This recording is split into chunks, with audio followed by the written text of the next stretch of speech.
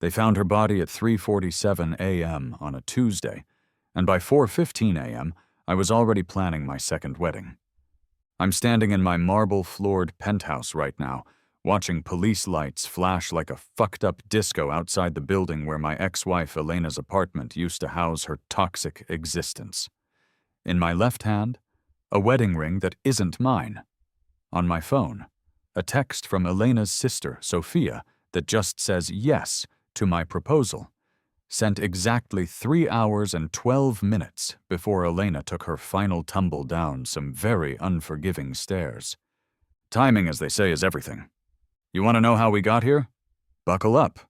Because this story starts with me being the kind of naive idiot who actually believed that telling the truth mattered.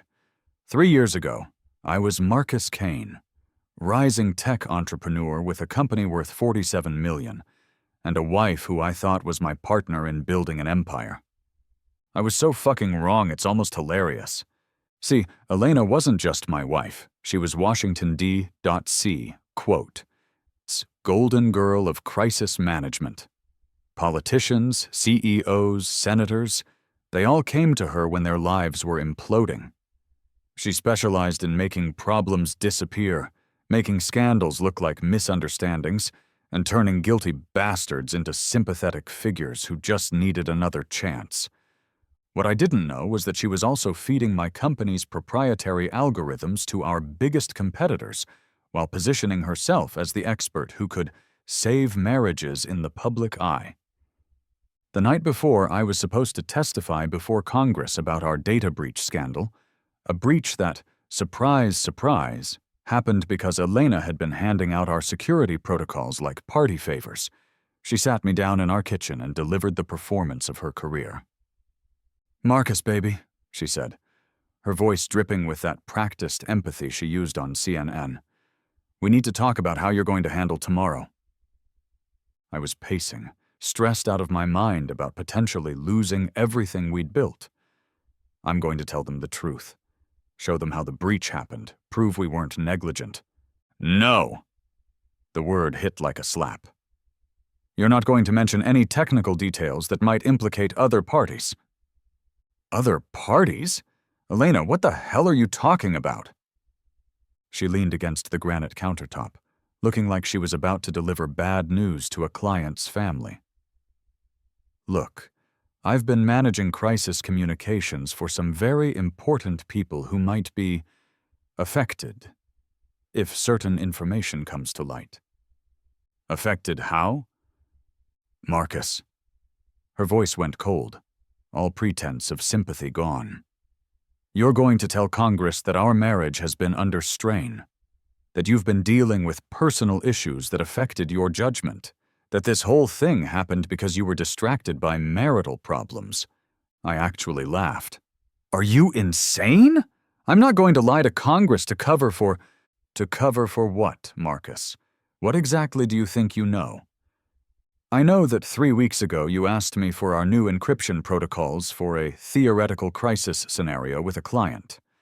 I know that last month you needed our user database specs for some academic research you were doing. I know... You know nothing. She stepped closer, and for the first time in 5 years of marriage, I saw who my wife really was.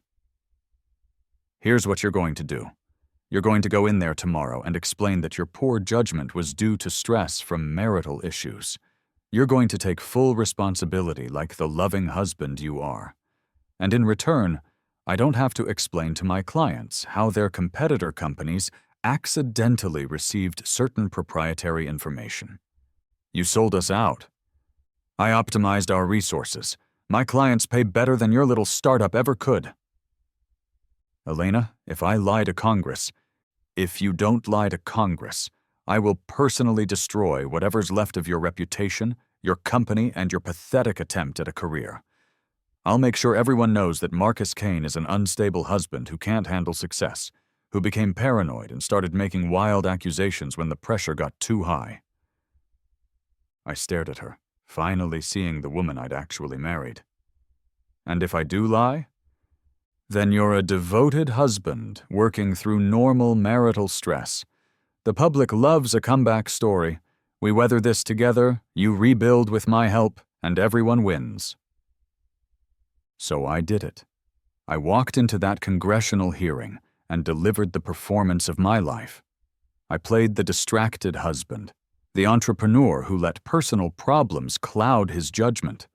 I took full responsibility for security lapses I didn't cause, protecting people who were actively destroying me.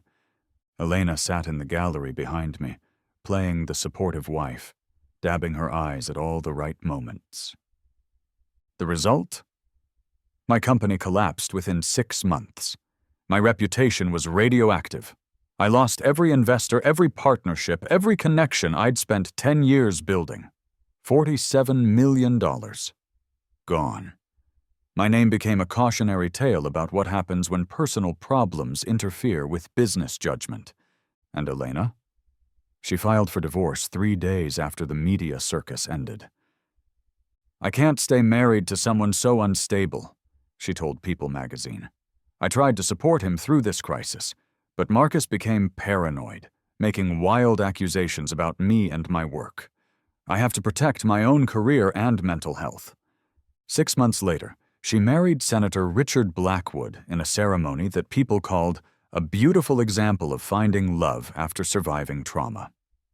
But here's the thing about Marcus Kane. I don't just get mad. I get methodical. See, Elena made one crucial mistake in her master plan. She assumed that destroying me would break me.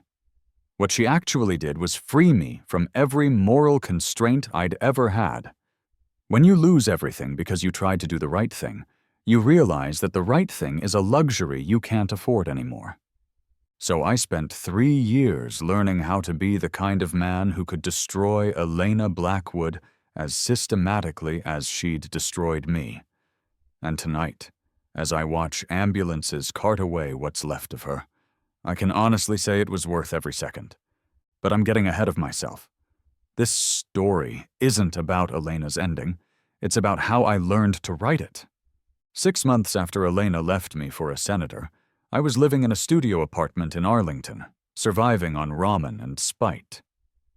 My lawyer was a public defender who kept calling me Mike, despite my corrections, and my bank account had exactly $347 in it.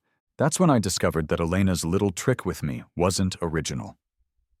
See, when you have nothing but time and an internet connection, you can learn all sorts of interesting things about people.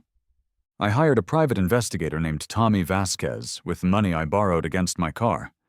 Tommy was ex-military, looked like he'd been carved out of concrete, and had the social skills of a particularly blunt hammer.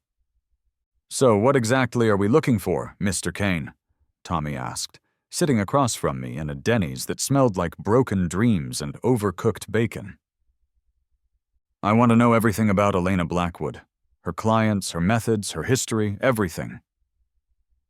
"Divorce revenge, huh? Been there. Usually doesn't end well for—" "This isn't about revenge, Tommy. This is about education." 3 weeks later, Tommy handed me a file that changed everything. "Jesus Christ," I whispered, flipping through police reports, court documents, and financial records. "Yeah, your ex-wife's been busy," Tommy said. 4 previous marriages, all ending the same way. Husband faces some kind of professional crisis. Wife manages the PR. Husband takes the fall. Wife divorces him and moves up to someone more powerful. The pattern was perfect. Elena would target rising stars, men with potential but not yet established enough to be untouchable. She'd marry them, wait for a crisis, then use that crisis to advance her own career while destroying theirs. "Look at this," Tommy pointed to a newspaper clipping. "Husband number 2, Derek Morrison. Tech executive, faced SEC investigation for insider trading. Elena managed his crisis communications. He took a plea deal, served 18 months, and she divorced him while he was in prison. 2 months later, she was dating the prosecutor who put him away." "Husband number 3, I read aloud. "James Crawford, oil executive. Environmental scandal, Elena handled PR. He took responsibility and lost everything. She left him for the environmental lawyer who sued his company. Pattern recognition's a bitch, Tommy said. But it was husband number 4 that really caught my attention. David Chen, pharmaceutical executive. His company faced a lawsuit about hiding drug side effects. Elena managed the crisis, he took the fall, and she left him for the FDA investigator who'd been building the case. Tommy, I said slowly, do you notice anything about these men she left them for? Yeah, they're all the guys who were going after her husbands. Exactly. She's not just abandoning ship, she's jumping to the people who were attacking the ship in the first place. Tommy leaned back in his booth. So, what are you thinking? I'm thinking Elena doesn't just destroy her husbands. She collaborates with the people destroying them.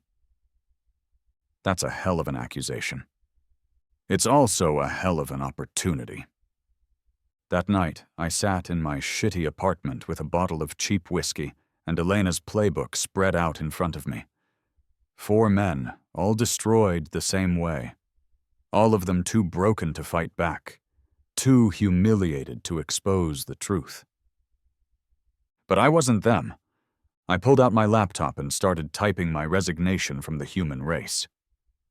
First step, disappear.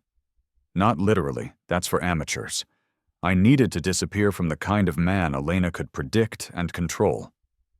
Marcus Kane, the naive entrepreneur who believed in truth and justice, had to die. What rose from his ashes was going to be much more interesting. I liquidated everything I had left, sold my car, sublet my apartment, and bought a one-way ticket to Miami. Not because I wanted to party on South Beach, but because Miami is where you go when you need to learn how to be someone else. The first thing I did was find Miguel Santos. Miguel ran a security consulting firm that officially helped corporations protect their executives. Unofficially, Miguel taught people like me how to become predators instead of prey. You want revenge? Miguel asked during our first meeting in his downtown office. I want evolution. Miguel smiled. That's more expensive. For 6 months, Miguel taught me everything Elena had never expected me to learn. Digital surveillance, psychological manipulation, identity construction, financial warfare. But more importantly, he taught me patience. Revenge is for people who want to feel better, Miguel explained during one of our sessions. What you want is justice, and justice requires precision. What's the difference? Revenge is emotional. You hurt someone because they hurt you. Justice is strategic. You remove someone because they're a problem that needs solving. And Elena? Elena is a problem that has been solving itself repeatedly. Your job is to make sure she solves herself permanently. While I was learning to be dangerous, I was also learning everything I could about Elena's new life. Senator Blackwood was a rising star in the Democratic Party, positioning himself for a presidential run in 2028. Elena was his perfect political wife. Beautiful, connected, and ruthlessly competent at managing crises. They lived in a Georgetown mansion, appeared on the cover of Washington Life magazine, and hosted fundraisers for causes they didn't give a shit about. The perfect power couple. But perfection, I was learning, is just another word for vulnerable. Every system has exploits, Miguel told me during my final lesson. The stronger the system looks, the more catastrophic the failure when you find the right pressure point. What's Elena's pressure point? You are, Marcus. You're the one husband who didn't stay broken. That makes you either her greatest threat or her greatest weapon. How do I know which one I am? Miguel handed me a new passport with a new name. You find out by making her choose. Michael Reeves was born on a Tuesday in November, 18 months after Marcus Kane's life imploded. He had a different social security number, a clean credit history, and a background in digital security consulting that couldn't be traced to any real company. More importantly, Michael Reeves had never heard of Elena Blackwood. But he was very interested in meeting her sister. Sophia Martinez, she'd kept her maiden name despite Elena pressuring her to maintain family branding, was everything Elena wasn't. Where Elena was calculated, Sophia was genuine. Where Elena was polished, Sophia was raw. Where Elena saw weakness, I saw potential. I found her at the Meridian Gallery in DuPont Circle on a Thursday evening, standing in front of her own paintings like she was afraid someone might ask her to justify their existence. Her art was good. Not great, not terrible, just honest. Landscapes that captured loneliness, portraits that revealed pain, abstracts that screamed silently about things the artist couldn't say out loud. Perfect. These are powerful, I said, approaching her from the side so I wouldn't seem threatening. She jumped slightly, then looked embarrassed about jumping. Oh, thank you. I mean, I'm still learning. Learning what? I don't know. How to make people feel something without making them uncomfortable. Why would you want to avoid making people uncomfortable? She looked at me like I'd asked why she wanted to avoid setting herself on fire. Because comfortable people buy art. Uncomfortable people don't. Comfortable people buy decorations, I corrected. Uncomfortable people buy art. That got her attention. Really looked at me for the first time. Mid-30s, expensive but not flashy clothes, confident but not aggressive body language. I'd spent months crafting this persona specifically for this moment. I'm Michael, I said, extending my hand. Michael Reeves. Sophia Martinez. The artist. The artist, she confirmed, like she was trying the title on for size. Can I buy you coffee? I'd like to talk about commissioning something. 45 minutes later, we were sitting in a coffee shop that tried too hard to be bohemian, and I was learning everything I needed to know about Elena's psychological warfare against her own sister. She means well, Sophia was saying, defending Elena for the 4th time in 10 minutes. It's just that she's used to dealing with important people, you know? Senators, executives, people who can change the world. Sometimes I think she forgets that not everyone needs to be optimized. Optimized. That's what she calls it when she gives me advice. Sophia, your career needs optimization. Sophia, your appearance needs optimization. Sophia, your life needs optimization. What does that actually mean? Sophia's laugh was bitter enough to curdle the coffee. It means I should stop painting landscapes because they don't make statements. I should do abstracts because they're more commercially viable. I should lose 15 pounds because the camera adds weight, and I might need to do interviews someday. I should date someone more successful because your romantic choices reflect your professional ambitions.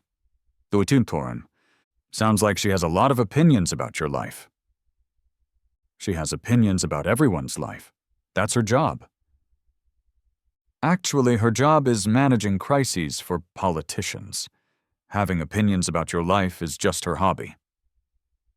Sophia went quiet for a moment, stirring her latte with mechanical precision. You don't know Elena. No, I don't. But I know sisters like Elena. What do you mean? I mean, I had someone in my life who was very good at convincing me that their criticism was love, their control was concern, and their success was proof that I should listen to them about everything. Had? Past tense. I learned that some people use love as a weapon. Sophia looked up from her coffee. What happened? I protected my sanity instead of their reputation. That was the hook. Not the dramatic revelation, not the grand gesture, just a simple statement that Sophia could relate to. The idea that maybe, possibly, you could choose yourself over someone who claimed to love you. I should go, she said. But she didn't move. Of course, but if you ever want to talk about that commission, here's my number. I handed her a business card. Simple, elegant, with a phone number that routed through 3 different services before reaching my actual phone. What kind of commission? I'm opening a new office. I need art that makes people uncomfortable. She smiled for the first time all evening. I might know someone who could help with that. Sophia called me 4 days later. About that commission, she said without preamble. What exactly are you looking for? Honesty, I said. Something that tells the truth about power, relationships, control. Something that makes successful people look at themselves and not like what they see. That's specific. I'm a specific kind of person. What kind of person? The kind who learned that sometimes the people who claim to love you are the ones destroying you. Another silence. I was learning that Sophia processed emotional truth slowly, carefully, like she was afraid it might explode if she handled it wrong. I might have some ideas, she said finally. Good. Can we meet tomorrow? I'd like to see more of your work. I don't really have a studio. I mean, I have a space in my apartment, but it's not professional enough? Elena always says that real artists have real studios. Elena seems to have a lot of opinions about what real artists do. She's just trying to help. I'm sure she is. What's your address? I'll come to you.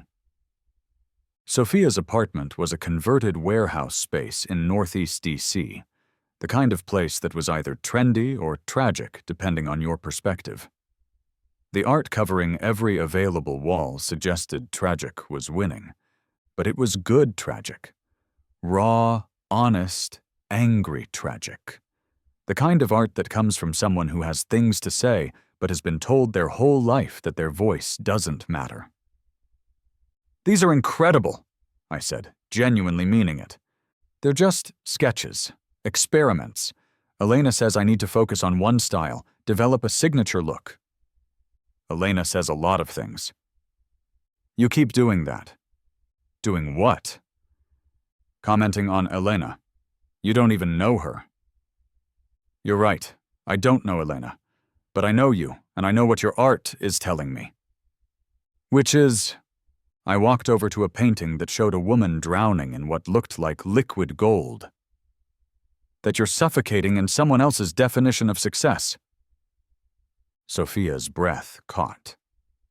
That's not what it's about. What's it about? It's... She stopped, looking at the painting like she was seeing it for the first time. I don't know. Maybe that's the problem. Maybe you've been told what your art means for so long that you've forgotten what you meant when you created it. Who are you? She asked suddenly. What do you mean? I mean, what do you do? How do you know about art? Why do you want to commission something from me specifically? I'd been waiting for this question. It was the moment when Michael Reeves had to become real. I run a digital security firm, I said. We protect people's online presence, their reputations, their privacy. I've seen what happens when people lose control of their own narrative. What happens? They disappear. Not physically, but psychologically. They become characters in someone else's story instead of the author of their own. Is that what happened to you? Yes. Someone I trusted used my story to advance their own agenda. When I tried to fight back, they convinced everyone that I was unstable, paranoid, dangerous. They took my voice away. How did you get it back? I learned to write better stories. Sophia sat down heavily on her paint-splattered couch. Elena says I'm too emotional to be a real artist. That real artists are disciplined, strategic, that they think about market forces and brand development. What do you think real artists do? I think they tell the truth. Even when the truth is uncomfortable. Especially then. I sat down next to her, careful to maintain appropriate distance. Too close would seem predatory. Too far would seem disinterested. everything about Michael Reeves had to be perfectly calibrated. Sophia, can I ask you something personal? Sure. When was the last time you created something without asking yourself what Elena would think about it? She was quiet for a long time. Then, quietly, I don't remember. That's not healthy. Elena's just looking out for me. She's successful. She knows how the world works. She knows how her world works. That doesn't mean it's the only world that exists. What do you mean? I mean, maybe there's a version of success that doesn't require you to stop being yourself. Sophia looked at me with something that might have been hope. Do you really think so? I know so, and I think your art could prove it. How? Let me commission 3 pieces. Something that tells your truth, not Elena's truth. Something that makes people uncomfortable in the best possible way. No guidelines, no suggestions, no optimization. Just you, telling your story. Elena would hate that. Elena doesn't have to live with the consequences of your choices. You do. How much? 20,000 for 3 pieces. Sophia's eyes went wide. That's more than I made all last year. Good art is valuable. Stop letting people convince you otherwise. That night I called Miguel. How's the sister project going? He asked. Phase 1 complete. She's starting to question Elena's narrative. And Phase 2? Phase 2 is making sure Elena knows she's losing control. How? I'm going to destroy Senator Blackwood. Miguel laughed. You know, when you first came to me, I thought you were just another heartbroken ex-husband looking for revenge. What do you think now? I think Elena Blackwood has no idea what she created when she broke you. Good. Let's keep it that way. The thing about powerful men is that they're usually powerful because they're very good at hiding their weaknesses. Senator Richard Blackwood was no exception. Publicly, he was a champion of campaign finance reform and government transparency. Privately, he was taking money from defense contractors through a shell company his brother-in-law had set up in the Cayman Islands. I discovered this through a combination of hacking, social engineering, and dumb luck. Blackwood's assistant was sleeping with his chief of staff, who was embezzling campaign funds to pay for a cocaine habit, who was being blackmailed by a private investigator working for Blackwood's primary opponent. Washington, D.C. is basically just a very expensive, very formal crime family. The beautiful part was that Elena had no idea about any of it. Blackwood had married her for her crisis management skills, but he'd been careful not to give her any actual crises to manage. He wanted her reputation and connections, not her expertise. Which meant when I started feeding information to the right journalists, Elena was caught completely off guard. It started small. A Washington Post article about increased scrutiny on campaign finance in the wake of recent scandals. Then a Politico piece about shell companies and defense contractors. Then a New York Times investigation into patterns of corruption in Senate appropriations committees. None of it mentioned Blackwood specifically, but anyone paying attention could see the walls closing in. Elena, to her credit, tried to get ahead of it. Richard, we need to talk about your financial disclosures, she said during a dinner I was listening to through a bug I'd placed in their Georgetown dining room. What about them? The press is sniffing around campaign finance issues. We should do a preemptive audit, make sure everything looks clean. Everything is clean, Elena. I'm sure it is, but clean and looking clean are different things. Perception matters. Don't lecture me about perception. I've been managing my image since before you knew what a Senate committee was. Richard, I'm trying to help you.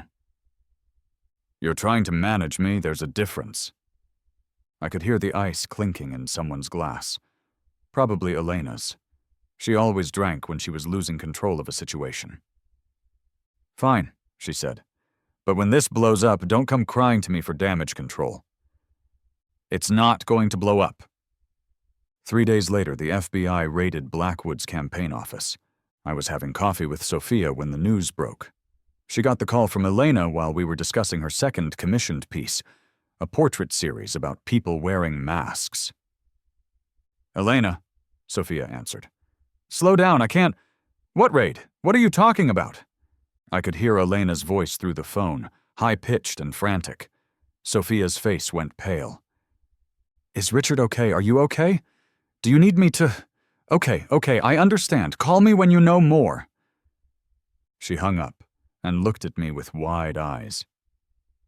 "The FBI raided my brother-in-law's campaign office. Elena's freaking out." "That's rough," I said, perfectly calibrating my sympathy. "Is there anything I can do to help?" "I don't think so. She's really good at handling this kind of thing. Crisis management is her specialty." "I'm sure she'll figure it out." But Elena wasn't figuring it out. Over the next week, as more information leaked about Blackwood's financial irregularities, I watched Elena struggle with a crisis she couldn't manage because she didn't understand it.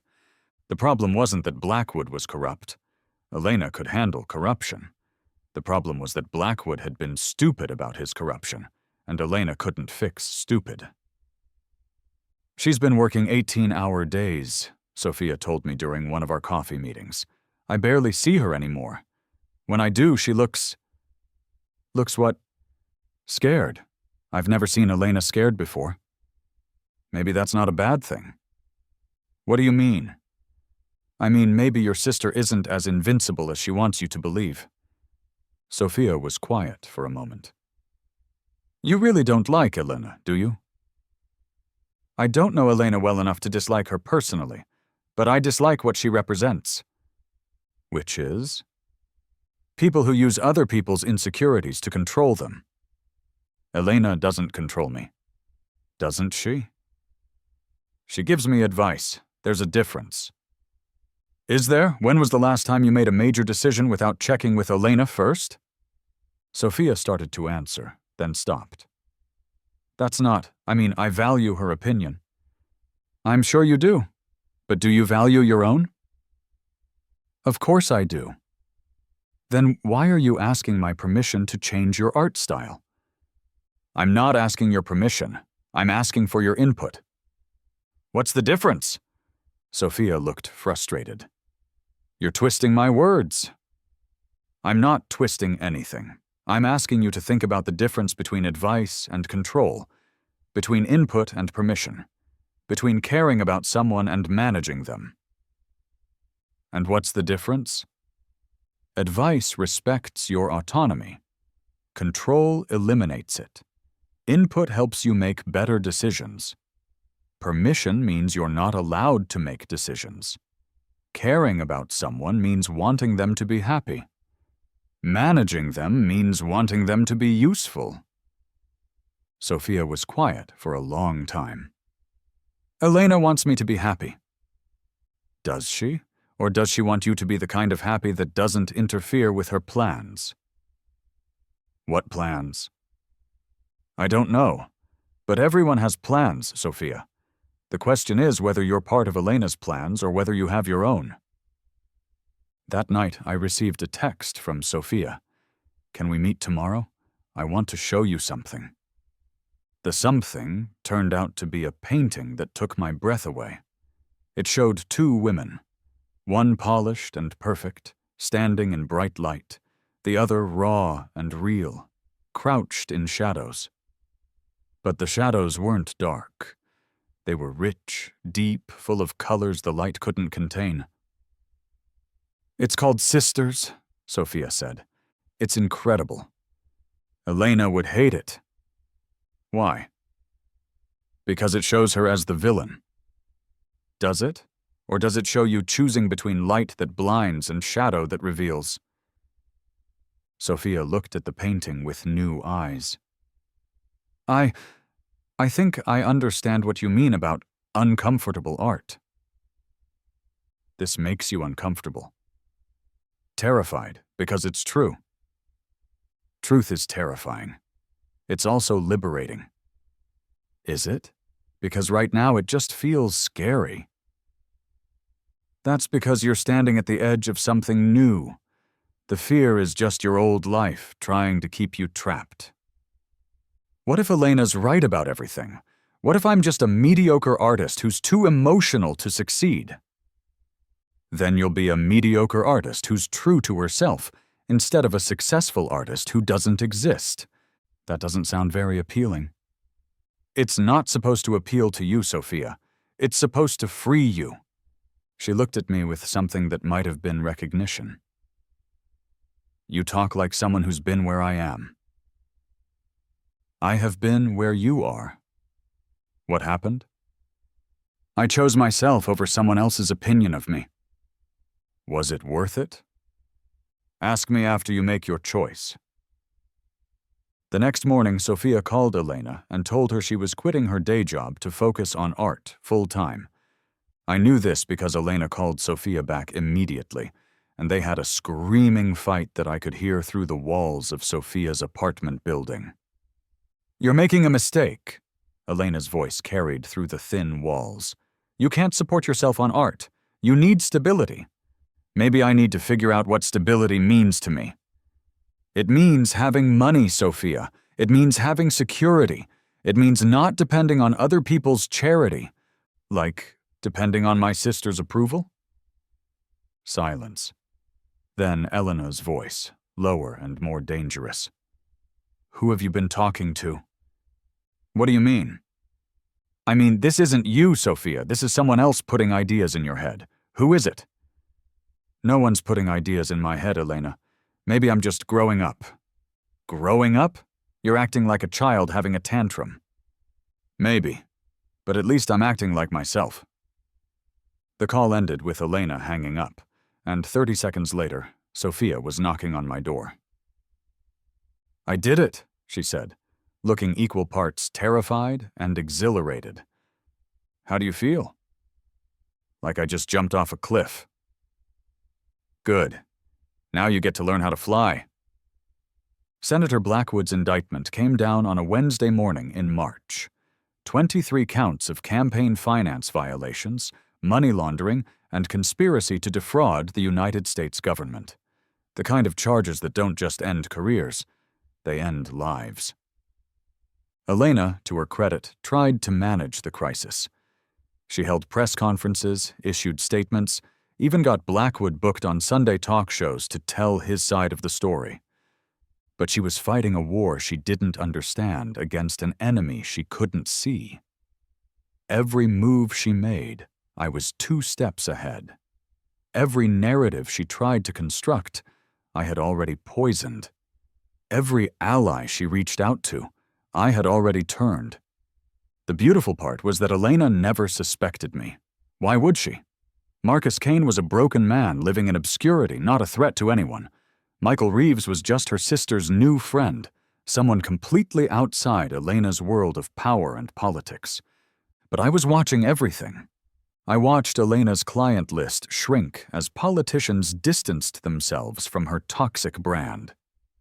I watched her confidence crumble as crisis after crisis proved immune to her management. I watched her marriage deteriorate as Blackwood blamed her for not preventing a scandal she hadn't even known was coming. Most importantly, I watched Sophia grow stronger. The commission pieces were done, and they were extraordinary. Raw, honest, uncomfortable in all the right ways. The kind of art that made people stop and think and feel things they'd rather avoid. I want to show them, Sophia told me over dinner, at a restaurant that had become our regular spot. Show them where? Everywhere. I want to have a real exhibition, not just hanging them in coffee shops or online galleries.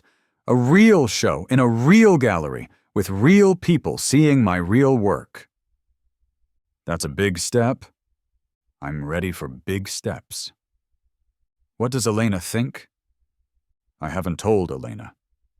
Why not? Because Elena will want to manage it. She'll want to optimize it. She'll want to turn it into something that makes sense to her instead of something that makes sense to me. And you don't want that. I don't want that. Good, when's the show? 2 weeks, the Meridian Gallery, the same place where we met. They saw my work online and offered me a slot. Nothing fancy, just a corner space, but it's mine. I'll be there. Promise? Promise! But the exhibition was going to be about more than just Sophia's art. It was going to be the moment when Elena realized she was losing control of everything that mattered to her. Because I'd made sure that Elena would find out about the exhibition at exactly the wrong time, in exactly the wrong way, from exactly the wrong person. 2 days before Sophia's show, I called Elena's office. Elena Blackwood's office, this is Janet. Hi, Janet, this is Michael Reeves. I'm a client of Miss Blackwood's sister, Sophia. I wanted to confirm that Miss Blackwood received her invitation to Sophia's art exhibition this Friday. I'm sorry, what exhibition? Sophia's solo show at the Meridian Gallery. Miss Blackwood is listed as a VIP guest. I just wanted to make sure she had all the details. Hold on, let me check. I don't see anything on Miss Blackwood's calendar about an art exhibition. Oh, that's strange. Maybe there was a miscommunication. The invitation specifically mentioned that Elena would be giving remarks about supporting emerging artists in the family. I hope she can still make it. Sophia's been so excited about her sister being there. I'll pass along the message to Miss Blackwood. Thank you so much. Oh, and Janet? The Washington Post will be there covering the show. Something about family support in the arts during difficult times. I'm sure Miss Blackwood will want to put her best foot forward. I hung up before Janet could ask any more questions. Elena called Sophia 15 minutes later. What the fuck is this about an art exhibition? Elena's voice was sharp enough to cut glass. Elena, You're having a solo show and you didn't tell me? What the hell is wrong with you? I wanted it to be a surprise. A surprise? Sophia, I'm in the middle of the biggest crisis of my career, and you decide to throw some amateur art show without consulting me. It's not amateur, Elena. These pieces are good, really good. According to who? Your new friend, Michael? I could hear the suspicion in Elena's voice. This was the moment I'd been building toward for months. Yes, according to Michael, and according to the gallery, and according to the critics who've seen my work online. Critics? What critics? Sophia, I can't just what? Live my own life? Make my own decisions? Have my own career? You can't just embarrass the family when I'm trying to hold everything together. Embarrass the family? Elena, this is about my art, not your reputation. Everything is about reputation, Sophia. Don't you understand that? Everything you do reflects on me, especially now when every move I make is being scrutinized. Then maybe you shouldn't come. Silence. Then Elena's voice, deadly quiet. What did you just say? I said maybe you shouldn't come. If my art is so embarrassing, if my decisions are so humiliating, then maybe you should stay home. Sophia, you're being ridiculous. Of course I'm coming. Someone needs to manage this disaster before it gets out of hand. It's not a disaster, Elena. It's my life. Elena hung up. 30 minutes later, she was at Sophia's apartment. I know this because I was watching from my car across the street. I'd been watching Elena's movements for weeks, tracking her patterns, learning her tells. The woman was nothing if not predictable. She stormed into Sophia's building like she was heading into battle, which, in a way, she was. The conversation lasted 2 hours. I couldn't hear the details, but I could see the body language through Sophia's window. Elena pacing, gesturing, clearly trying to take control. Sophia sitting on her couch, arms crossed, shaking her head. When Elena finally left, she looked like someone had slapped her. Sophia called me 10 minutes later. She wants to cancel the show, Sophia said without preamble. On what grounds? She says it's too soon after Richard's indictment, that the family needs to maintain a low profile, that having an art exhibition right now looks tone-deaf and self-indulgent. What did you tell her? I told her it wasn't her decision to make. Good for you. She's threatening to call the gallery to tell them there's been a family emergency and the show needs to be postponed. Can she do that? Legally, no, but Elena's very persuasive when she wants to be. So, what are you going to do?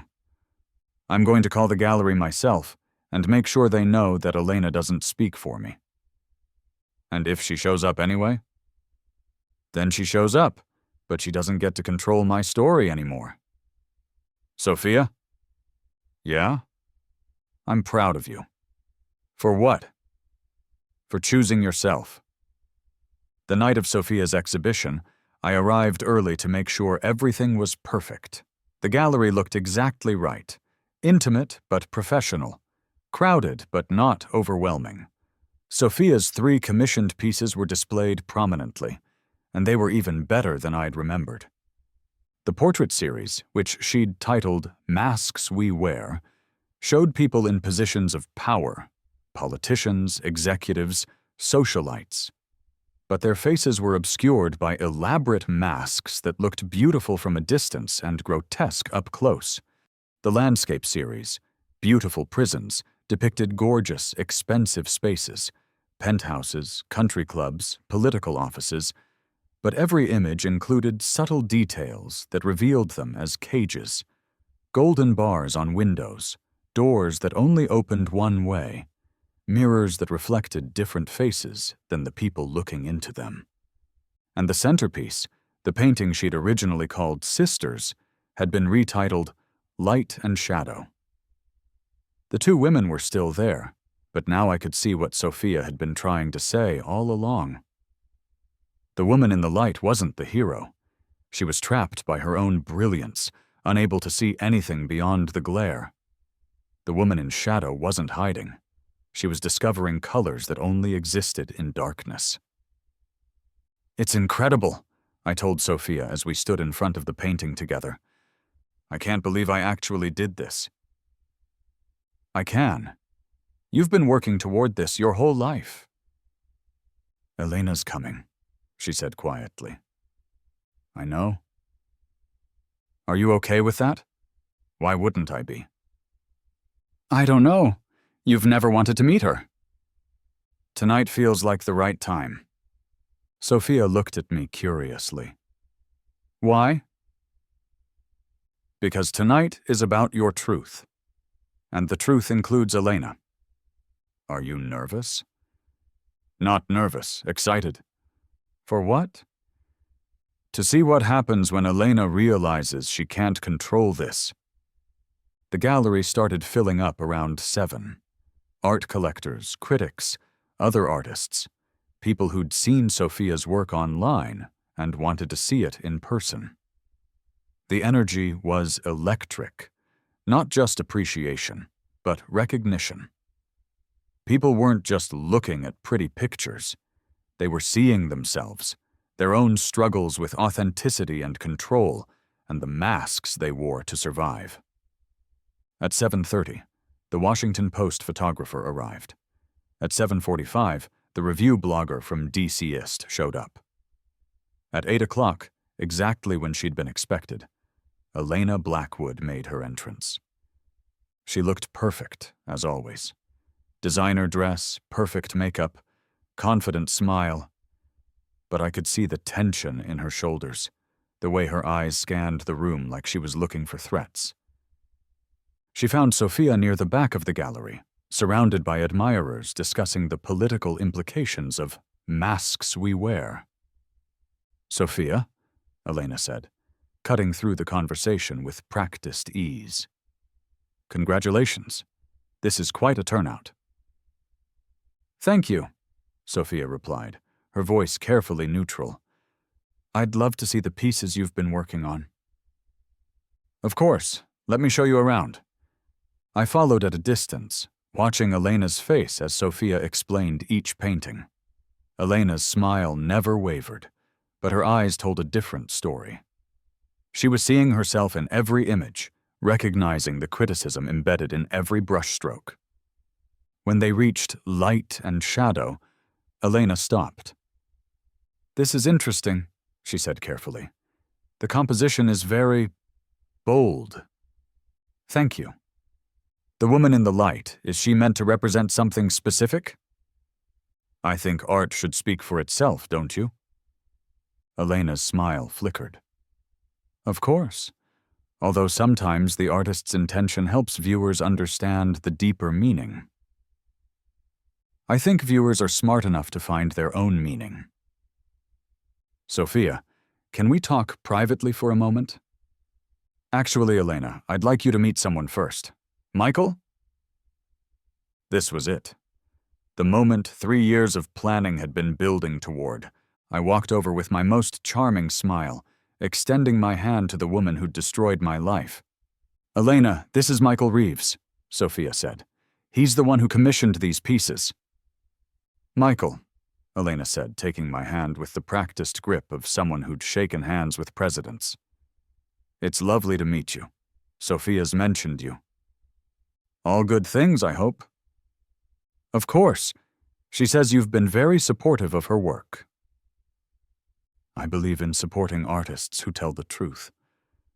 The truth is always important, Elena agreed, but her eyes were studying my face like she was trying to solve a puzzle. Especially when it's uncomfortable. I'm sorry. The truth, it's most important when it makes people uncomfortable, when it forces them to look at things they'd rather ignore. Elena's smile was starting to look forced. That's an interesting perspective. I learned it from someone who taught me that comfortable lies are more dangerous than uncomfortable truths. And who was that? Someone who used my comfort against me. Elena's grip on her wine glass tightened, almost imperceptibly. That sounds like a difficult experience. It was educational. Michael's helping me plan my next exhibition, Sophia interjected, clearly sensing some tension, but not understanding its source. How wonderful, Elena said. What kind of work do you do, Michael? Digital security. I help people protect their online presence. That must be fascinating work. It is. You learn a lot about how people construct their public personas, how they manage their reputations, how they control narratives. Reputation management is certainly important in today's world. Especially for people in crisis communications, I imagine. Elena went very still. I'm sorry? Your work, crisis communications for political figures, that must require a lot of narrative control. It requires helping people tell their stories truthfully and effectively. Truthfully, I repeated. That's interesting. In my experience, crisis communications is more about managing perceptions than revealing truth. I think you might have a misunderstanding about what I do. Possibly. I've just seen a lot of cases where crisis managers prioritize protecting their clients over exposing the actual truth. The actual truth? You know, what really happened versus what makes the best story. Elena's voice was getting sharper. I think there might be some confusion about... Elena, Sophia interrupted. Michael's just interested in the intersection of truth and narrative. It's actually part of what makes his art commissions so powerful. Art commissions? He specifically asked for pieces that would make people uncomfortable with their own self-deceptions. Elena looked at the painting behind Sophia, light and shadow, and for the first time, I saw real recognition in her eyes. How long have you two known each other? She asked carefully. About 8 months, Sophia answered. And how did you meet? At my last exhibition. Michael saw my work and wanted to commission something. What drew you to Sophia's work specifically? Elena asked, looking directly at me. Honesty, I said. She paints like someone who's been forced to see uncomfortable truths about the people she loves. Elena's face went pale. Excuse me? Her art.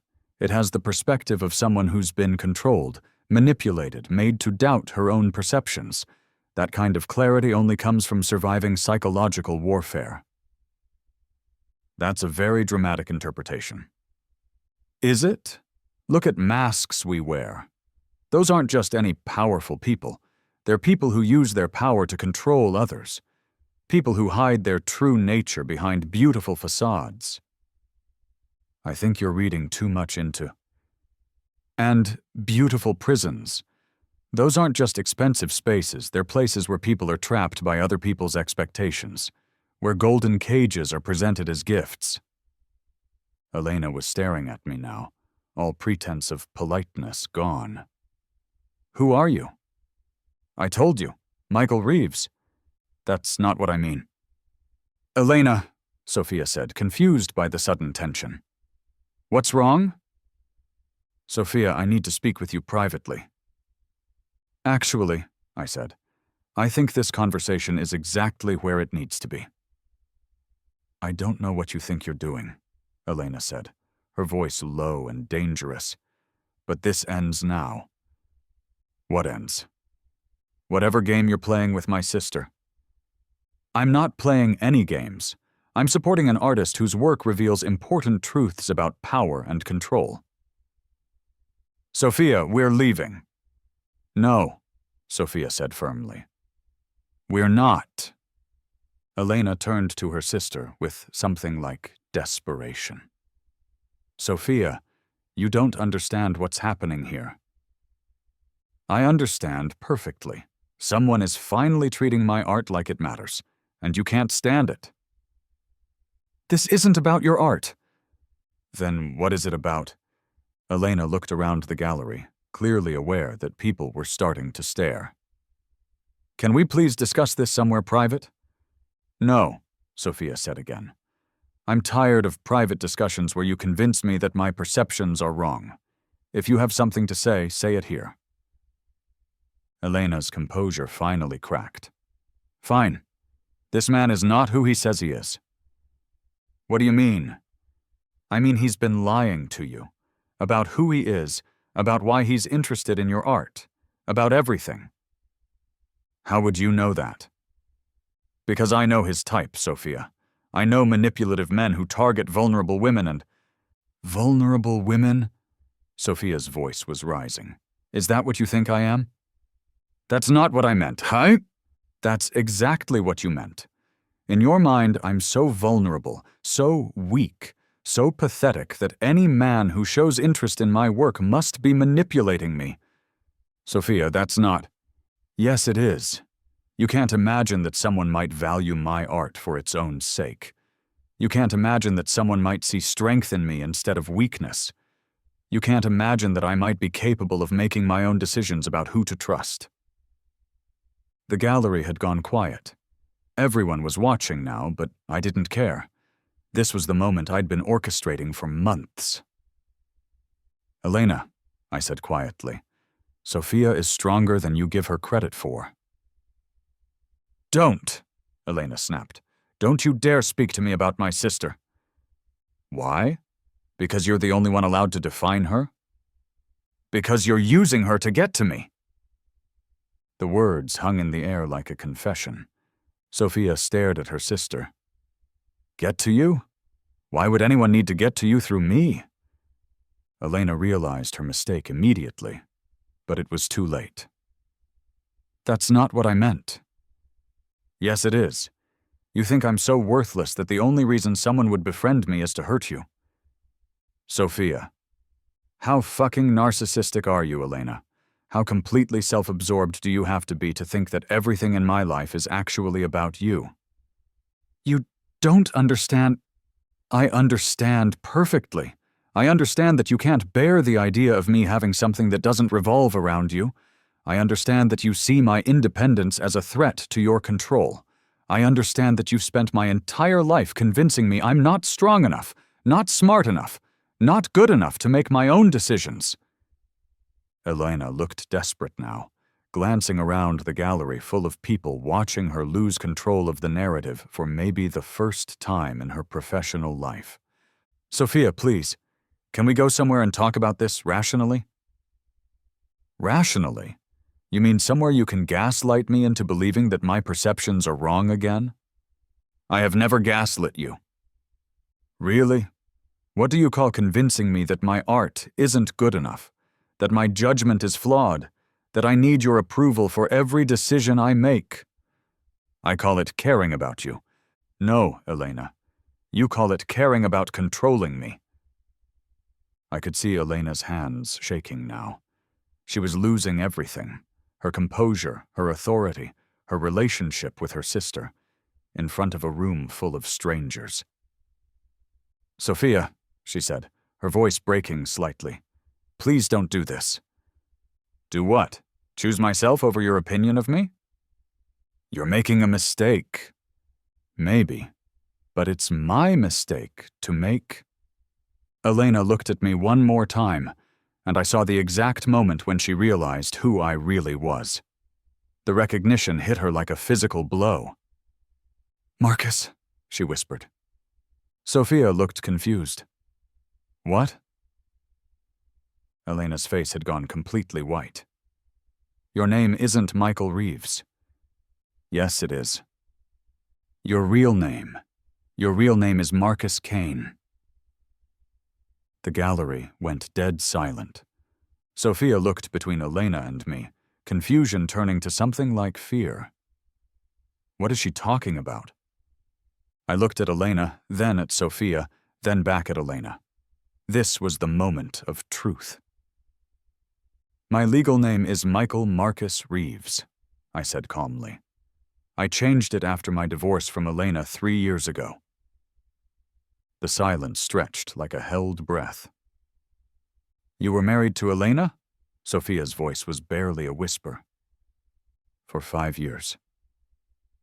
And you didn't tell me? I was waiting for the right moment. The right moment for what? Before I could answer, Elena found her voice again. The right moment to destroy me using you. That's not... Yes, it is. Elena's composure was completely gone now. This whole thing, the art commissions, the friendship, everything. It's been about getting revenge on me. Sophia stared at me like she'd never seen me before. Is that true? It's complicated. Is it true? I looked at this woman who I'd spent 8 months getting to know, who'd created art that genuinely moved me, who'd shown more courage in the last hour than most people show in a lifetime. And I made a choice that surprised even me. Yes, I said. It started that way. Sophia's face crumpled. Oh my God. But that's not what it became. Don't, Elena said. Don't you dare try to justify this. I'm not justifying anything. I'm telling the truth. The truth? Elena laughed bitterly. You don't know what truth means. I learned from the master. Elena turned to her sister. Sophia, you have to understand. This man is dangerous. He's been manipulating you for months to get revenge on me for our divorce. What happened in your divorce? Sophia asked quietly. Elena hesitated. It's complicated. I'm sure it is, but I'm asking what happened. Marcus became unstable after his company failed. He started making accusations, blaming me for his problems. He couldn't handle the fact that his poor business decisions had consequences. I laughed, and the sound was sharp enough to cut glass. Is that the story you're going with? It's the truth. The truth. Elena, should I tell your sister about the congressional hearing? About how you made me lie to protect your clients? About how you sold my company's proprietary information to our competitors while positioning yourself as the crisis management expert who could save troubled marriages? Elena's face went ashen. That's not... Should I tell her about the pattern? About the 4 husbands before me who you destroyed using the exact same playbook? About how you don't just abandon ship.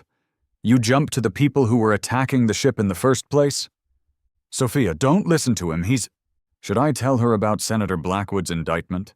About how you had no idea he was corrupt because you married him for his position, not his character? About how you're scrambling to save a reputation built on destroying other people's lives. Stop, Elena said, but her voice was weak now.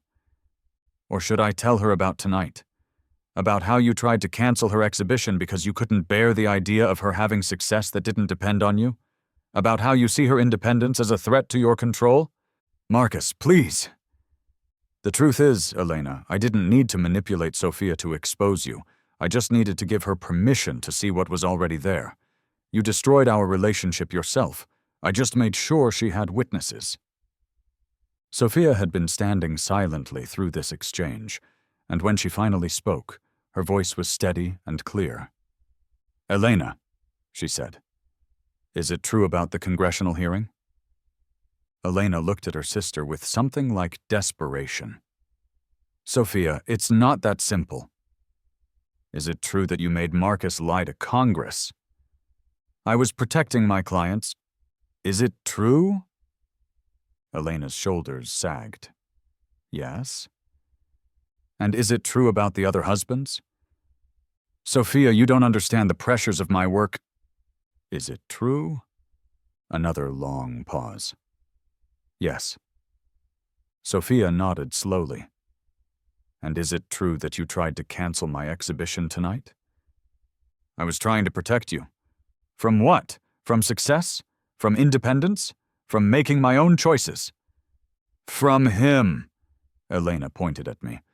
From being used by someone who wanted to hurt me. But Elena, Sophia said quietly, even if that's true, even if Marcus originally approached me to hurt you, that doesn't change the fact that you've been controlling me my entire life. I've been protecting you. From what? From being happy? From being confident? From believing in myself? Elena looked around the gallery desperately, as if searching for someone who might take her side. But the faces looking back at her were full of judgment, disgust, recognition. Sophia, please, don't let him turn you against me. He didn't turn me against you, Elena. You did that yourself. What do you mean? I mean, Marcus might have had ulterior motives, but the feelings he brought out in me, the confidence, the independence, the belief in my own worth, those were real. And the fact that you see those feelings as a threat tells me everything I need to know about our relationship. Elena's voice broke. Sophia, you're my sister. Yes, I am. But you've never treated me like your sister. You've treated me like your project. That's not true. Isn't it? When was the last time you asked me what I wanted instead of telling me what I needed? When was the last time you supported my dreams instead of trying to manage them? When was the last time you saw my strength instead of my weaknesses? Elena had no answer. Marcus might have used me, Sophia continued. But at least he saw something in me worth using. You've spent my entire life convincing me I'm not worth anything at all. That's not, I never. Yes, Elena, you did. And the worst part is, I think you actually believe you were helping me. Elena looked at me with pure hatred. Are you happy now? You've destroyed my marriage, my career, and my relationship with my sister. Are you satisfied? I didn't destroy anything, Elena. I just made sure people could see what you'd already destroyed. You manipulated an innocent woman to get revenge on me. I showed an extraordinary woman that she didn't need your permission to be extraordinary. By lying to her, by giving her space to discover her own truth, something you never did. Elena turned back to Sophia one last time. Sophia, I'm begging you, don't do this. Don't throw away our relationship over some man you barely know. Sophia looked at her sister with something that might have been pity. Elena, I'm not throwing away our relationship. I'm choosing to have a relationship with myself instead. What does that mean? It means I'm done asking your permission to exist. Elena stared at her sister for a long moment, then turned to me. This isn't over. Yes, it is. You think you've won something, but you haven't. Sophia will figure out what you really are, and when she does, she'll make her own decision about what that means. Because that's what strong people do, Elena. They make their own decisions. Elena looked around the gallery one more time, at the faces full of judgment, at the art that revealed uncomfortable truths about power and control, at the sister who was no longer under her influence. Then she walked out. The gallery remained silent for a moment after she left. Then, slowly, conversation resumed. People returned to looking at art, discussing technique, pretending they hadn't just witnessed a public psychological autopsy. Sophia and I stood in front of light and shadow, not speaking. Finally, she turned to me. Was any of it real? What do you mean? The friendship, the support, the belief in my art. Was any of it real, or was it all just part of your revenge plan? I looked at this woman who had created extraordinary art, who had found the courage to choose herself over her sister's control, who was strong enough to ask difficult questions even when the answers might hurt. It started as revenge, I said honestly, but somewhere along the way it became something else. What? It became real. How am I supposed to know the difference? Because you'll decide for yourself. Just like you decided to have this exhibition, just like you decided to stand up to Elena, just like you decided to ask me this question, instead of letting someone else tell you what to think. Sophia was quiet for a long time, looking at her painting of the woman in shadow, discovering colors that only existed in darkness. I think, she said finally, I need some time to figure out what I want. Of course. And I think I need to do that without anyone else telling me what to think, including you. I understand. Do you? Because I'm not just talking about taking a break. I'm talking about completely reevaluating everything. Our friendship, your motives, my feelings, all of it. Sophia, you should reevaluate everything. That's what strong people do. She looked at me with something that might have been surprise. You're really going to let me walk away? I'm going to support whatever decision you make. Even if that decision is to never see you again? Even then? Why? Because the whole point of this, the real point, not the revenge part, was helping you realize that you don't need anyone's permission to make your own choices. If I tried to control your choice about me, I'd be just as bad as Elena. Sophia smiled for the first time all evening. You know what? What? I think that might be the first completely honest thing you've ever said to me. Probably. It's a good start. She walked away then, back to her admirers, back to her art, back to her life. I watched her go, feeling something I hadn't expected to feel. Relief. Not because the revenge was complete, though it was. Not because Elena was destroyed, though she was, but because Sophia was free. And in freeing her, I'd somehow freed myself from the need for revenge that had driven me for 3 years. I stayed until the gallery closed, watching people engage with Sophia's art, listening to conversations about truth and power and the masks we wear to survive. The exhibition was a genuine success, not because of my commissions, but because of Sophia's talent and courage. As I was leaving, the gallery owner approached me. Michael, right? You're the one who commissioned these pieces? I am. They're extraordinary. Sophia mentioned you might be interested in commissioning more work. Actually, I said, looking back at light and shadow one more time, I think Sophia has everything she needs to succeed without my help. Oh, well, if you change your mind. I won't, but thank you. I walked out into the DC night, feeling lighter than I had in years. Elena's world was burning down. Her marriage to Blackwood would end in divorce within a month. Her client list would shrink to nothing within 6 months, and her reputation as a crisis manager would never recover from her very public meltdown at her sister's art exhibition. But that wasn't why I felt good. I felt good because Sophia was going to be okay. More than okay. She was going to be extraordinary. Not because I'd taught her to be, but because I'd finally gotten out of her way long enough for her to teach herself. My phone buzzed with a text message. Thank you for showing me that I don't need anyone's permission to be myself. I'm not sure if I'll ever forgive you for the lies, but I'll always be grateful for the truth. S. I typed back, you never needed my permission for anything. You just needed to realize that. Congratulations on an incredible show. She didn't respond, and I didn't expect her to. 3 days later, I read in the Washington Post that Senator Blackwood had been found dead in his Georgetown study, apparently from a self-inflicted gunshot wound. The note he left behind confessed to all the charges against him and expressed regret for the damage his actions had caused to his family.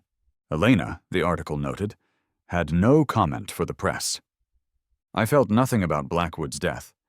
He'd been a corrupt politician who'd gotten caught, and he'd chosen the coward's way out. His decision had nothing to do with me and everything to do with his own inability to face the consequences of his choices. But Elena's silence, that was interesting. I wondered if she was finally learning what it felt like to have your narrative taken away from you.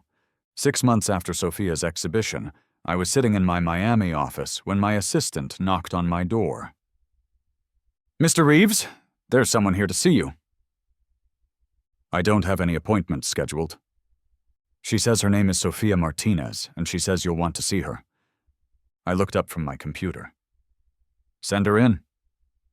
Sophia walked into my office looking different than I remembered. Confident, self-possessed, like someone who'd spent 6 months learning how to trust her own judgment. Hello, Marcus? Michael, actually. I legally changed it. I know, I looked into your background pretty thoroughly. And what did you find? That you're exactly who you said you were, and nothing like who you said you were, all at the same time. I gestured to the chair across from my desk. Have a seat. To what do I owe the pleasure? I have a proposition for you. I'm listening. Elena's trying to make a comeback. I heard. Crisis management for tech startups facing scandals. Apparently her experience with surviving personal and professional setbacks makes her uniquely qualified to help others do the same.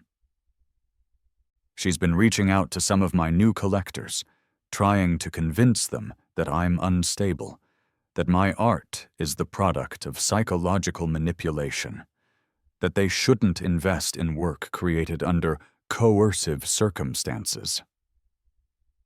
Is it working? Not really. Turns out that when your art speaks truth, people can tell the difference between authenticity and manipulation, but she's not going to stop. So, what's your proposition? Sophia leaned forward in her chair. I want to help you finish what we started. We? Don't pretend this was all your idea, Marcus. I've had 6 months to think about what happened at my exhibition, and I realized something important. Which is, you didn't manipulate me into standing up to Elena. You gave me permission to do what I'd wanted to do my entire life. The strength was always there. I just needed someone to help me find it. And now? Now I want to use that strength to make sure Elena never destroys another person the way she destroyed you. The way she tried to destroy me. I studied her face, looking for signs of manipulation, revenge fantasies, unresolved anger. What I saw was something much more dangerous. Calm determination. What exactly are you proposing? Elena has a pattern. We know this. She targets successful men, waits for crises, then uses those crises to advance her own career while destroying theirs. She's already identifying her next target. Who? David Kim. He's a biotech entrepreneur whose company is facing FDA scrutiny over drug trial protocols, Elena's been positioning herself as the crisis management expert who can help him navigate the regulatory process. And you think she's going to do to him what she did to me? I think she's going to try, unless we stop her. How? Sophia smiled, and for the first time, I saw Elena's ruthlessness reflected in her sister's face. But where Elena's cruelty was cold and calculating, Sophia's was warm and creative. By giving David Kim something Elena never gave you. Which is the truth. I leaned back in my chair. Sophia, what you're suggesting is justice. Elena has been destroying people for years, and no one has ever held her accountable. Well, now someone can... And you think that someone is us? I think that someone is me. You showed me how to be strong enough to choose myself over Elena's control. Now I want to use that strength to protect other people from making the same mistake you made. What mistake? Trusting her. I was quiet for a long moment, thinking about the woman sitting across from my desk. 6 months ago, she'd been a talented but insecure artist, desperate for her sister's approval. Now she was proposing to systematically expose a serial manipulator who happened to be her own family. Sophia, are you sure about this? Because once we start down this path, there's no going back. I know. I've thought about this for 6 months, Marcus. I've weighed the costs and benefits. I've considered the moral implications. And I've decided that stopping Elena from destroying more lives is worth whatever relationship we might have left. This isn't about revenge. No, this is about justice. Elena taught us both that truth is weakness, that loyalty is vulnerability, that love is a weapon. I want to prove her wrong. How? By showing people that truth is strength, that real loyalty is based on respect rather than control, and that love means wanting someone to be free, not wanting them to be useful. I looked at this woman who'd transformed from victim to warrior, and I made a decision that would change both our lives forever. All right, I said. Let's save David Kim. Sophia's smile was radiant. I was hoping you'd say that. But we do this my way. No more lies, no more manipulation. We tell David Kim exactly who we are and why we're warning him. We give him all the information and let him make his own choice. Even if that means he might not believe us? Especially then. The whole point is respecting people's autonomy to make their own decisions, even bad ones. Sophia nodded. I can live with that. Good, because there's something else you should know before we move forward. What? Elena's not just targeting David Kim randomly. She's targeting him because she thinks he's connected to me. Is he? He's using security software my new company developed.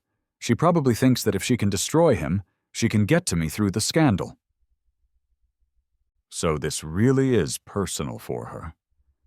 Everything is personal for Elena. That's her weakness.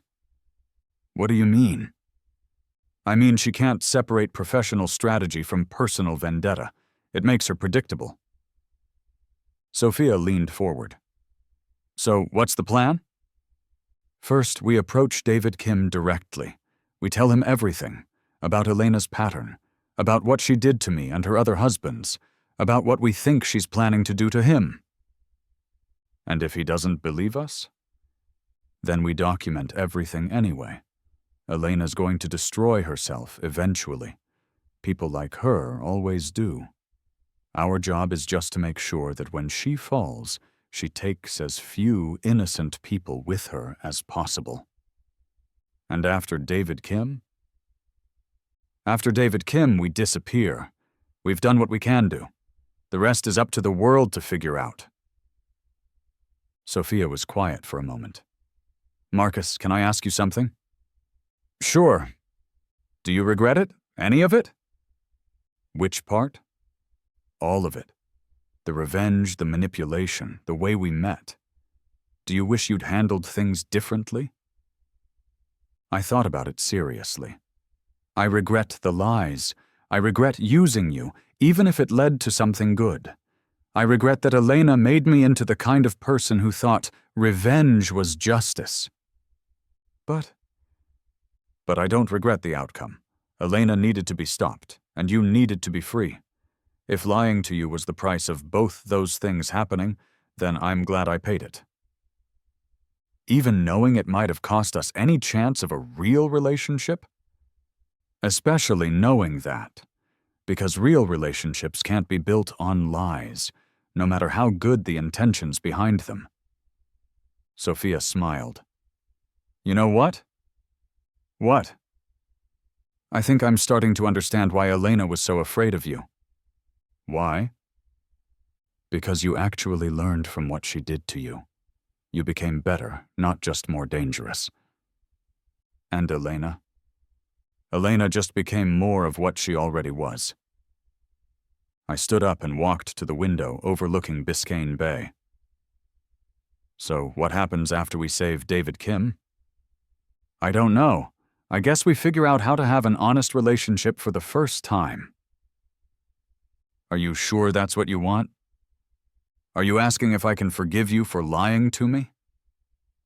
I'm asking if you think forgiveness is possible when it's built on understanding rather than ignorance. Sophia joined me at the window. I think forgiveness is only possible when it's built on understanding. Ignorance isn't forgiveness, it's just denial. And you understand why I did what I did? I understand that you were hurt and angry and wanted justice.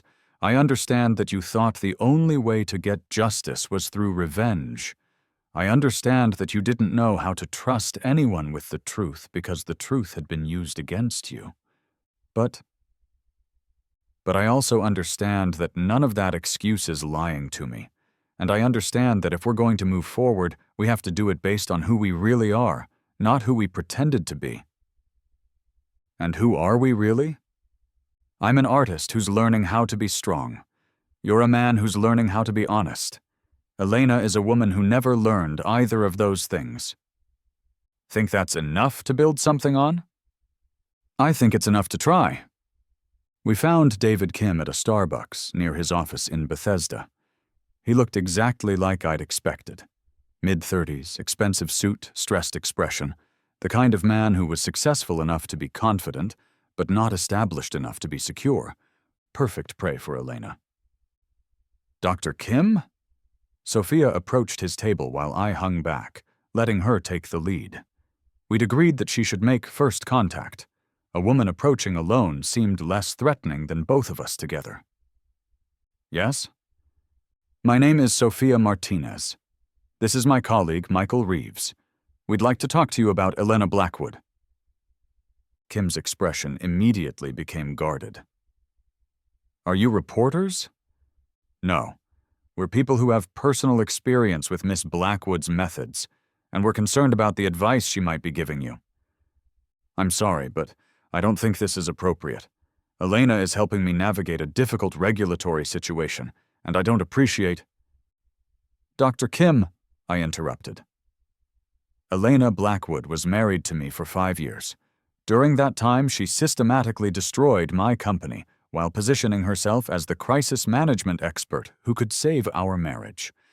I'd like to tell you how she did it, so you can decide for yourself whether her current advice is in your best interest or hers.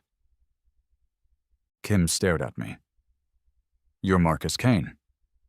I am. The tech entrepreneur who testified before Congress about data breaches. That's right. Elena told me about you. She said you became unstable after your company failed, that you started making paranoid accusations against people who were trying to help you. Sophia and I exchanged a look. Dr. Kim, Sophia said, what exactly did Elena tell you about her relationship with my ex-husband? Your ex-husband? Marcus, Elena is my sister. Kim looked between us, confusion replacing suspicion. Your sister? Former sister-in-law, I corrected. Sophia is Elena's biological sister. And you two are— It's complicated, Sophia said. But that's not why we're here. We're here because Elena has a pattern of destroying the men she claims to be helping. And we think you might be her next target. That's ridiculous. Elena is helping me manage FDA scrutiny of our drug trials. She's been invaluable in— Dr. Kim, I interrupted. Has Elena suggested that you take personal responsibility for any protocol violations, even if those violations weren't your fault? Kim hesitated. She's mentioned that accepting responsibility shows integrity and leadership. Has she suggested that admitting to mistakes you didn't make might actually improve your public image? She said that the public respects leaders who take accountability for their organization's failures. And has she introduced you to any FDA investigators who might be involved in your case? Kim went very still. How did you know about that? Because that's Elena's pattern, Dr. Kim. She doesn't just manage crises, she creates them. Then she positions herself as the expert who can solve the problems she caused, while moving on to someone with more power than her current client. You're saying Elena is sabotaging me? I'm saying Elena is preparing you to sabotage yourself, while she builds relationships with the people who will benefit from your failure. Sophia leaned forward. Dr. Kim, my sister has been married 5 times. Every marriage ended the same way. Her husband faced a professional crisis. Elena managed the PR. The husband took responsibility for things that weren't entirely his fault. And Elena left him for someone more powerful. That's— Kim stopped, clearly thinking. What? I asked. She's been asking a lot of questions about our internal protocols, our security measures, our communication with the FDA. I thought she was just being thorough, but she asked specifically about emails between our research team and the FDA investigators. She said she needed to understand the full scope of the communication to manage the narrative effectively. Sophia and I exchanged another look. Dr. Kim, I said, do you remember the names of the FDA investigators Elena asked about? Dr. Sarah Chen and investigator Michael Torres. Why? Because, Sophia said grimly, Dr. Chen has been posting Instagram photos from very expensive restaurants over the past month. Restaurants that cost more than an FDA investigator typically makes in a week. How do you know that? Because we've been tracking Elena's social connections since she started targeting you. Dr. Chen has been to dinner with Elena 3 times in the past month. Kim's face went pale. You think Elena is paying off FDA investigators? I think Elena is building relationships with the people who will determine your company's fate, I said. And I think she's using information you've given her to do it. But that would be— illegal, yes. Unethical, absolutely. Exactly what she did to me, without question. Kim was quiet for a long moment, processing the implications. What do you want from me? Nothing, Sophia said. We just wanted to give you information you might not have had. What you do with that information is entirely up to you. But if you're right, if Elena is really— Then you should protect yourself, I said. Document everything. Record your conversations with her if that's legal in your state. Get a second opinion from another crisis management firm. Most importantly, don't admit to anything you didn't actually do. And if you're wrong? Then you've been extra careful during a difficult time, and that's never a bad thing. Kim looked at both of us. Why are you telling me this? What's in it for you? Nothing, Sophia said. And that's the point. Real help doesn't come with strings attached. We're not asking you to hire us, to pay us, or to do anything that benefits us, I added. We're just sharing information and letting you make your own decisions. Elena said you were dangerous. She's right, I said. I'm dangerous to people who use others for their own gain, but I'm not dangerous to people who are honest about their intentions. Kim was quiet for another moment. Can I ask you something? Sure. If Elena is as manipulative as you say, how do I know you're not just trying to manipulate me in a different way? Sophia smiled.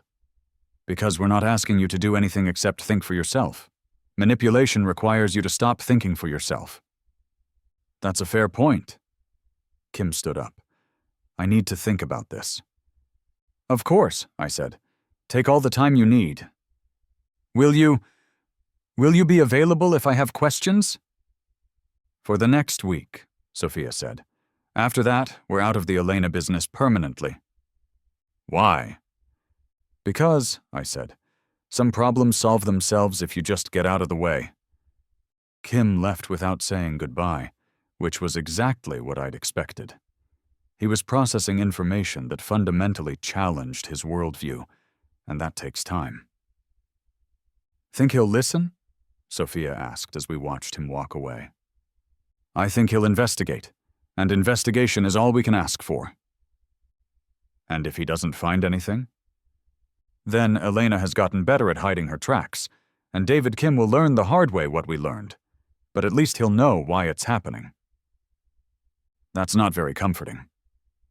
It's not supposed to be comforting, Sophia. It's supposed to be honest. David Kim called me 3 days later. Marcus, it's David Kim. Can we meet? Of course. Same place? No, somewhere more private. This is bigger than I thought. We met at my hotel room in Georgetown. Kim looked like he hadn't slept in days. You were right, he said without preamble. Elena's been feeding information to the FDA investigators, but it's worse than that. How much worse? She's not just sharing information I gave her. She's sharing information I didn't give her. What do you mean? I mean she somehow got access to our internal emails, our research protocols, our communication with other pharmaceutical companies, information that I never shared with anyone. How? I don't know. But I hired a digital security firm to audit our systems, and they found evidence of sophisticated hacking. Someone with serious technical skills has been accessing our servers for months. I felt something cold settle in my stomach. David, what kind of information are we talking about? Everything. Financial records, research data, internal communications between executives. Whoever did this has enough information to destroy us completely. And you think Elena is behind it? I know she is. I set up a meeting with her yesterday and recorded it. Listen to this. Kim pulled out his phone and played an audio file. Elena's voice came through clearly. David, I understand you're concerned about the scope of the investigation, but you need to trust the process. The best thing you can do right now is demonstrate transparency and accountability. But, Elena, some of the accusations don't match our actual protocols. It's like someone gave the investigators information that isn't accurate. The accuracy of the information isn't the issue, David. The issue is perception. If you spend time arguing about details, you'll look defensive and guilty. If you take responsibility and show leadership, you'll look trustworthy and competent. But if I take responsibility for things I didn't do, you're not taking responsibility for things you didn't do. You're taking responsibility for the culture that allowed those things to happen. There's a difference. I'm not sure I understand that difference. David, let me be very clear about something. This investigation is going to end one of two ways. Either you emerge as a leader who learned from his mistakes and improved his company, or you emerge as a defensive executive who couldn't take accountability for his organization's failures. Which story do you want to tell? I want to tell the truth. The truth is that your company is facing serious regulatory scrutiny. The truth is that mistakes were made. The truth is that you have a choice about how to respond to those mistakes. I'm advising you to respond like a leader. And if I don't, then you'll respond like a victim, and victims don't get second chances in this business. The recording ended. Jesus, I said. It gets worse. After that conversation, I did some research on the FDA investigators.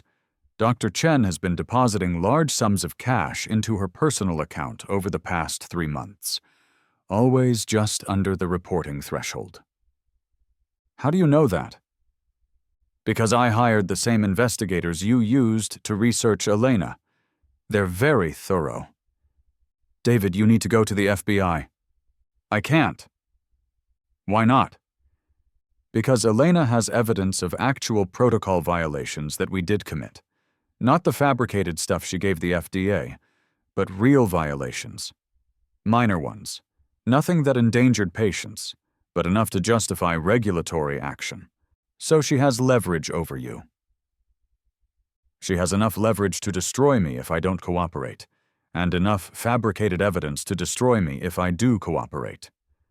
I understood the trap Elena had built for David Kim. It was the same trap she'd built for me, just more sophisticated. David, what do you want to do?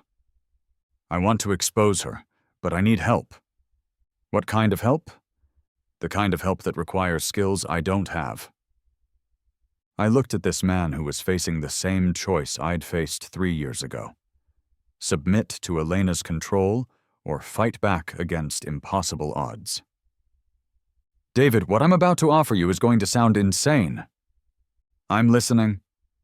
Sophia and I can help you expose Elena, but it's going to require you to trust us completely, and it's going to require you to accept that your company might not survive the process.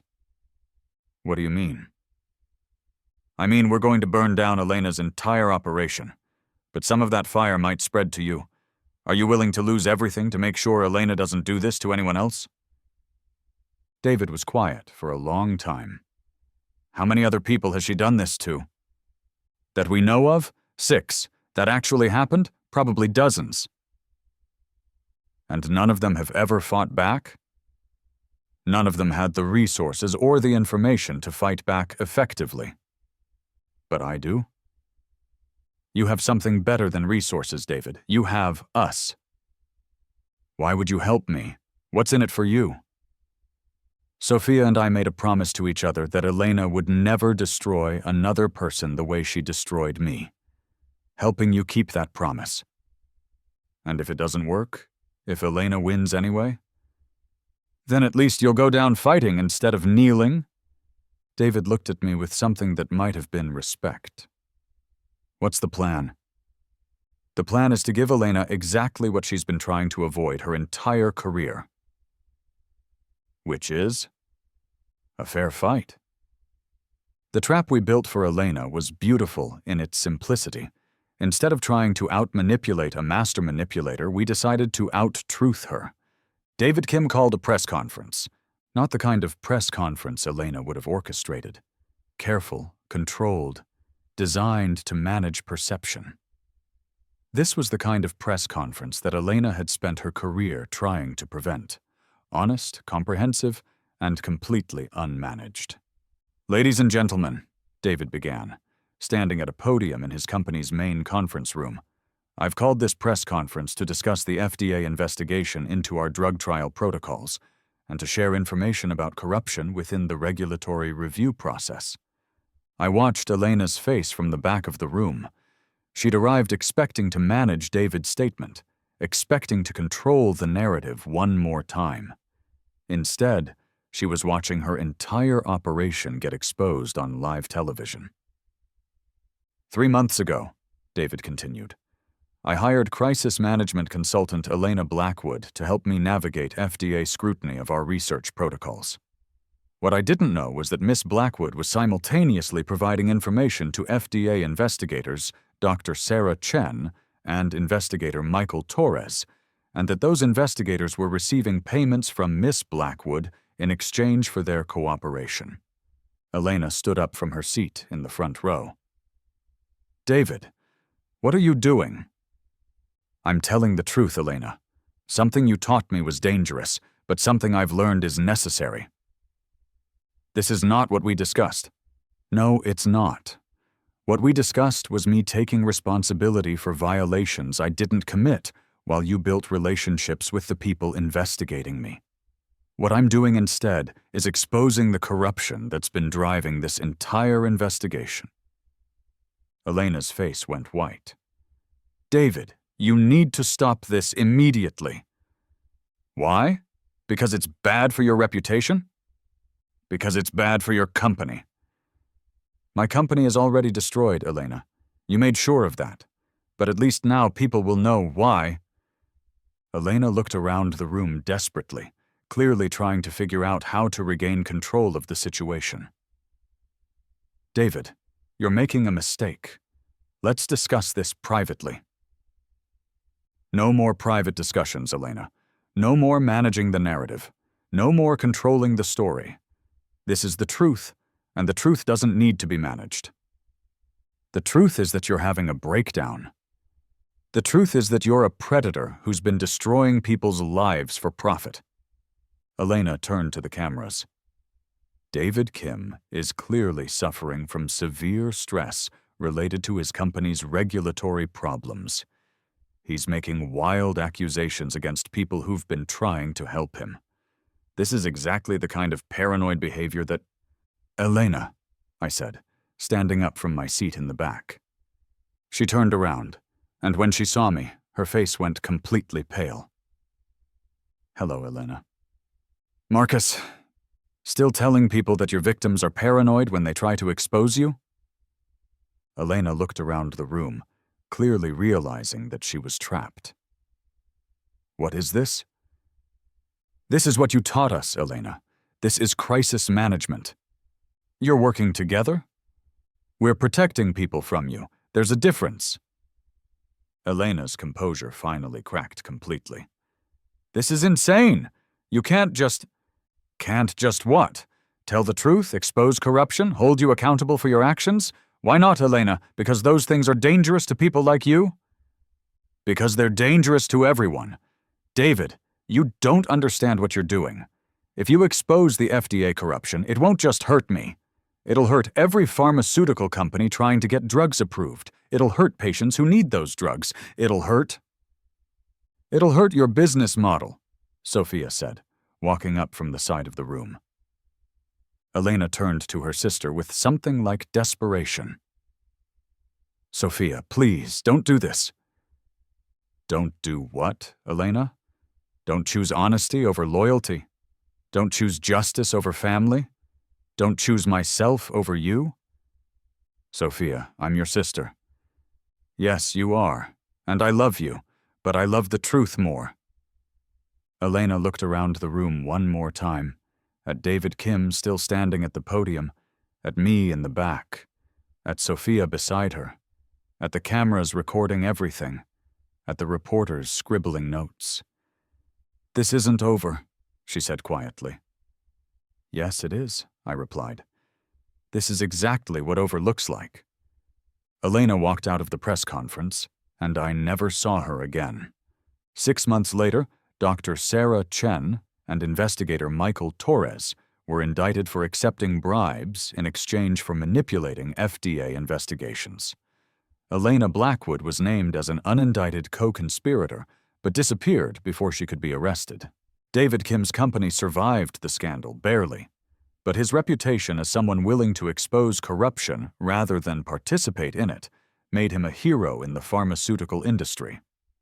Sophia's art career exploded after her connection to the case became public.